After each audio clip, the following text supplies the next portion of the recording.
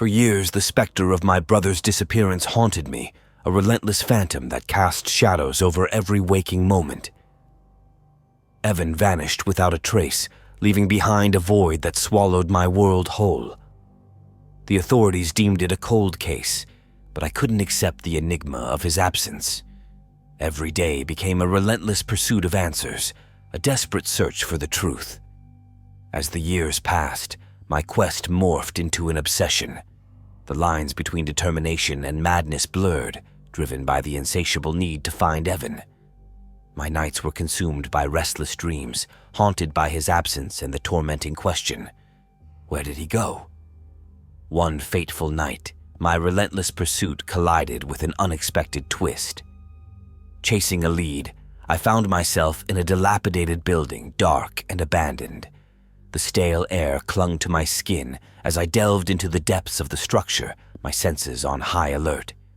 Suddenly, the oppressive silence shattered, replaced by the hurried footsteps of a criminal escaping the clutches of the law. As the criminal raced towards me, desperation etched across his face. I had no time to react. In a moment of chaos, I stumbled backward, crashing through a weakened wall.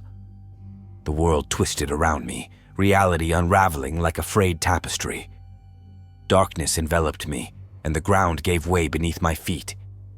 I awoke, disoriented and dazed. I didn't recognize this place. I had to be dreaming. I couldn't recall what just happened. I found myself in a nightmarish building. The oppressive yellow walls surrounded me, flickering lights casting eerie shadows that danced along the peeling wallpaper. Panic clawed at my throat as I realized I no longer had my phone, wallet, or anything. That criminal must have brought me here. I had to find an escape. Every step echoed with the weight of the unknown, and a sense of foreboding settled over me. The air was thick with an otherworldly energy. Something wasn't right. As I stumbled through the endless corridors, I could sense the feeling I was being watched. I can't explain it, but I just could.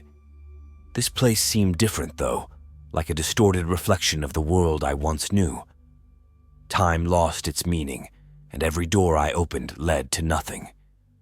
My senses heightened as I felt a presence lurking in the shadows. A guttural growl echoed through the corridors, sending shivers down my spine. What the fuck was that? I thought to myself. A monstrous figure emerged from the darkness, a grotesque creature with elongated limbs and a maw of razor-sharp teeth. What the? I couldn't even get it out as the monster pursued me relentlessly, the echoes of its footsteps mingling with my frantic heartbeat.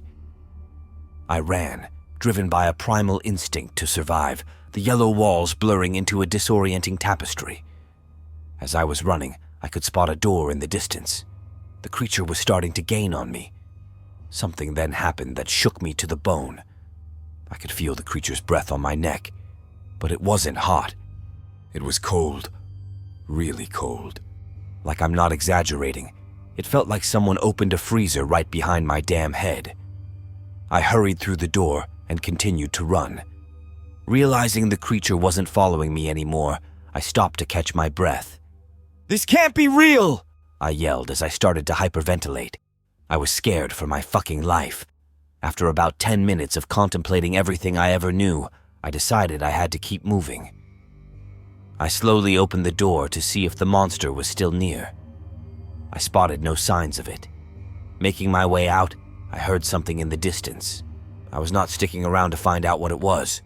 In the heart of this surreal nightmare, I stumbled upon a room that shattered the boundaries of my understanding. There, in the feeble glow of a flickering light, I found Evan. His presence was both a beacon of hope and a source of profound dread. He stood motionless, his eyes vacant and distant. "Evan!" I cried out, but my brother remained eerily silent. As I approached him, the room convulsed, and the air grew heavy with an ominous energy.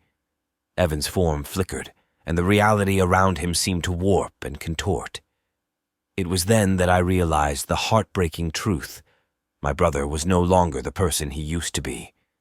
The Backrooms had claimed him, stripping away his essence and leaving behind a hollow shell. Desperation clawed at my chest as I witnessed the cruel transformation. The monstrous entity, sensing my vulnerability, closed in. With a surge of adrenaline, I fled from the room, Evan's vacant gaze lingering in my mind.